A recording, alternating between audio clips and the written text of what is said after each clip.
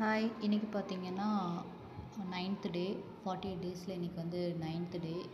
இன்றைக்கி வியாழக்கிழமை. ஸோ நான் சாமிக்கு வந்து காலைல குளிச்சுட்டு விளக்கு போட்டு சாமி கும்பிட்டுட்டு என் ஒர்க் வந்து ஸ்டார்ட் பண்ணேன். ஸோ சாமி கும்பிட்ட அப்புறம் விளக்கு பற்றி வச்சு சாமி கும்பிட்ட அப்புறம் நான் எப்பயும் சரவணபவன் எழுதுவேன். அதே மாதிரி வந்து இன்றைக்கி வந்து சரவணபவன் தான் எழுத போகிறேன் நெக்ஸ்ட்டு.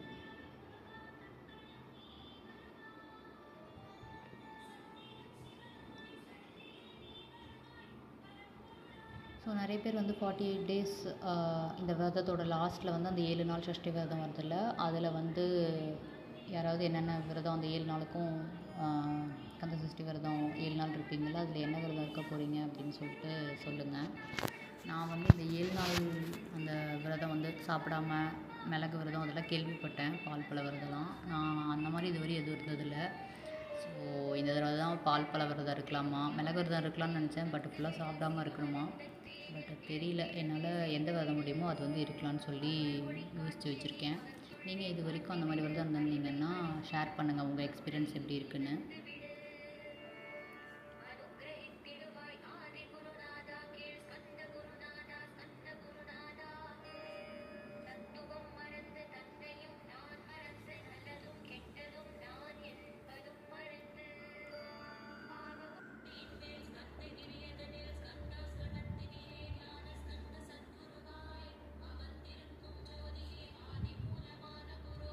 அதே மாதிரி நீங்கள் கந்த சஷ்டி விரதம் இருக்கும்போது ஏதாவது முருகன் பாட்டு படிக்கிறது, இந்த கந்தர் அனுபூதி, கந்தர் அலங்காரம் அந்த மாதிரி ஏதாவது படிக்கிறது, அந்த மாதிரி உங்களுக்கு எதாவது பழக்கம் இருந்தாலும் சொல்லுங்கள்.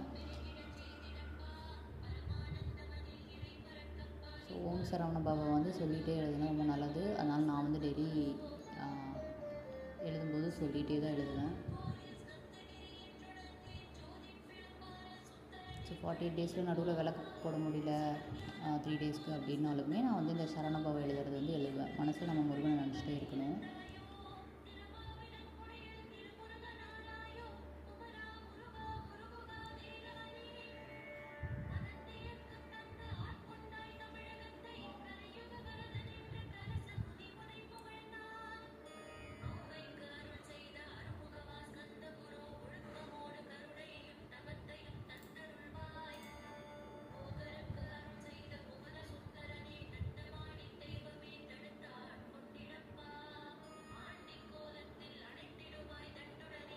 ஸோ 108 டைம்ஸ் வந்து எழுதி முடிச்சிட்டேன். அதுக்கப்புறம் சரவண பவ, ரகண பவ சார்,